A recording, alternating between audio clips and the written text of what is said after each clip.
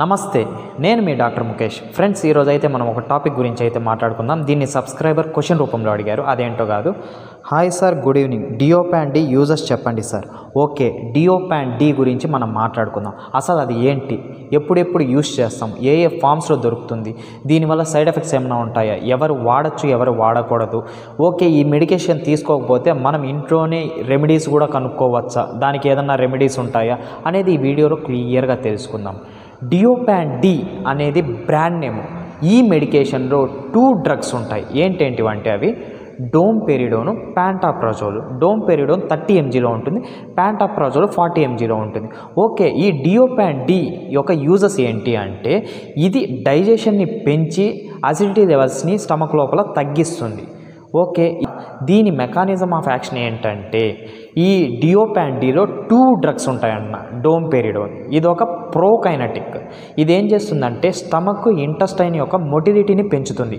ఎప్పుడైతే motility increase అవుతుందో food ఫ్రీగా పాస్ అయ్యి ఎక్కువగా డైజెస్ట్ అవుతుంది. దీని ద్వారా ఇండైజెషన్ ప్రాబ్లం అనేది తొలగిపోతుంది. ఓకే, డోమ్పెరిడోన్ ఈ పని చేస్తుంది కదా. ప్యాంటాప్రజోల్ కూడా ఉంటుంది ఈ మెడికేషన్లో. ఈ ప్యాంటాప్రజోల్ ఏం చేస్తుందంటే ఇది ఒక ప్రోటాన్ పంప్ ఇన్హిబిటర్. ఇది స్టమక్ లోపల ఉన్న యాసిడ్ని తగ్గిస్తుంది, అన్ని న్యూట్రలైజ్ చేస్తుంది.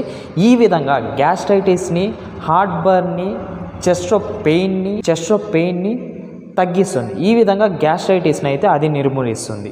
ఓకే, ఈ డియోపాన్ డిలో డోమ్పెరిడోన్ ఇండైజెషన్ని తొలగిస్తుంది, ప్యాంటాప్రజోల్ అనేది అసిడిటీ లెవెల్స్ని తగ్గించి గ్యాస్ట్రైటిస్ని పోగొడుతుంది. ఇది దీని మెకానిజం ఆఫ్ యాక్షన్. ఓకే, ఇది ఏ కండిషన్స్లో మనం యూజ్ చేసుకోవచ్చు. GERD అంటారు, గ్యాస్ట్రిక్ ఈసోఫేజియల్ రిఫ్లెక్స్ డిసీజ్ అని. అందులోనూ గ్యాస్ట్రైటిస్లోను, అల్సర్స్ ఉన్నప్పుడు, ఇండైజెషన్ ప్రాబ్లం ఉన్నప్పుడు, హార్ట్ బర్న్ ఉన్నప్పుడు మనమైతే ఈ మెడికేషన్ యూజ్ చేసుకోవచ్చు. ఇది ఏ ఫామ్స్లో దొరుకుతుంది అంటే ట్యాబ్లెట్స్ ఫామ్లో దొరుకుతుంది. చెప్పాను కదా doses. Domperidone 30 mg, pantoprazole 40 mg.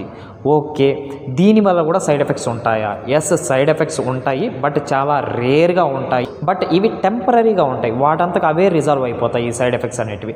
Okay, ఏంటివి ఆ సైడ్ ఎఫెక్ట్స్ అని అనుకుంటే ఇంటెస్టైనల్ మొటిలిటీ ఇంక్రీజ్ అవుతుంది అన్నాను కదా. దాని ద్వారా వామిటింగ్స్ రావడం కానీ, డయేరియా డెవలప్ అయిపోవడం కానీ, స్టమక్ పెయిన్ రావడం కానీ, డ్రైనెస్ ఆఫ్ మౌత్ డెవలప్ అవ్వడం కానీ, డిజీగా స్లీపీగా ఉండడం కానీ, ఇటువంటి సైడ్ ఎఫెక్ట్స్ అయితే ఉంటాయి. ఓకే, ఇది ఎప్పుడు వేసుకోవాలి అంటే ఫుడ్ తినక ముందు వేసుకోవాలి. ఎంత ముందు అంటే 1 hour to 30 minutes ముందు అయితే మనం దీన్ని వేసుకోవాలి, ఫుడ్ తినక ముందు. ఓకే, ఇది ఎప్పుడెప్పుడు వేసుకోవచ్చు? సివియర్గా ఉన్నప్పుడు మార్నింగ్ అండ్ నైట్ తినే ముందు 1 hour ముందు వేసుకుంటే మంచిది. లేదు నాకు సిమ్టమ్స్ మైనర్గానే ఉన్నాయంటే మార్నింగ్ టైమ్స్ సరిపోతాయి, బట్ మీ డాక్టర్ని కన్సల్ట్ అయ్యే యూజ్ చేయండి. ఓకే, నేను అసలు ఈ మెడికేషన్స్ని యూజ్ చేయను, నాకు హోమ్ రెమెడీస్ ఏమన్నా ఉంటే చెప్పు, లేకపోతే నా లైఫ్ స్టైల్ ఏమైనా చేంజెస్ చేసుకుంటే ఈ ప్రాబ్లమ్స్, ఈ సిమ్టమ్స్ నుంచి నేను బయటపడచ్చా అనుకుంటున్నారా? ఎస్, ఖచ్చితంగా హోమ్ రెమెడీస్ కూడా ఉంటాయి. అవి ఏంటంటే మన లైఫ్ స్టైల్ని చేంజ్ చేసుకోవడం. ఏంటివి అవి? రెగ్యులర్ టైం ఇంటర్వెల్స్లో మీల్స్ తీసుకోవడం, అంటే ప్రతి 4 hours ఎంతో అంత మీల్స్ తీసుకోవడం, ప్రాపర్ టైంలో తీసుకోవడం, వాటర్ కంటెంట్ని బాగా ఎక్కువగా తీసుకోవడం, అండ్ తిన్న తర్వాత వెంటనే నిద్రపోకూడదు. జస్ట్ ప్రాపర్గా కూర్చోవాలి, లేకపోతే జస్ట్ 30 minutes బ్రిస్క్ వాక్ అన్నా చేయాలి. ఈ విధంగా చేస్తే ప్రాపర్గా డైజెషన్ జరుగుతుంది.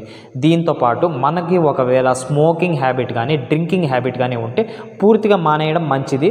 లేదు అంటే దాన్ని రెడ్యూస్ చేసుకోవాలి. అప్పుడు మనకి ఇండైజెషన్ ప్రాబ్లము, గ్యాస్ట్రైటిస్ ప్రాబ్లము, ఈ అల్సర్ ప్రాబ్లం ఇటువంటివి అయితే ఉండవు. ఈ విధంగా లైఫ్ స్టైల్ చేంజెస్ ద్వారా కూడా మనము సిమ్టమ్స్ని దూరం చేయొచ్చు. మెయిన్గా spicy food, fatty food, fried food, junk ఫుడ్స్ని అవాయిడ్ చేస్తే మనం ఈ సిమ్టమ్స్ నుంచి చాలా దూరంగా ఉండొచ్చు. ఈ సబ్స్క్రైబర్ అడిగినట్టు మీకు ఏదైనా మెడికేషన్ గురించి తెలుసుకోవాలనుకుంటే కామెంట్ సెక్షన్లో మెన్షన్ చేయండి. కంప్లీట్ వీడియోని నేను మీ ముందుకు తీసుకొని వస్తాను.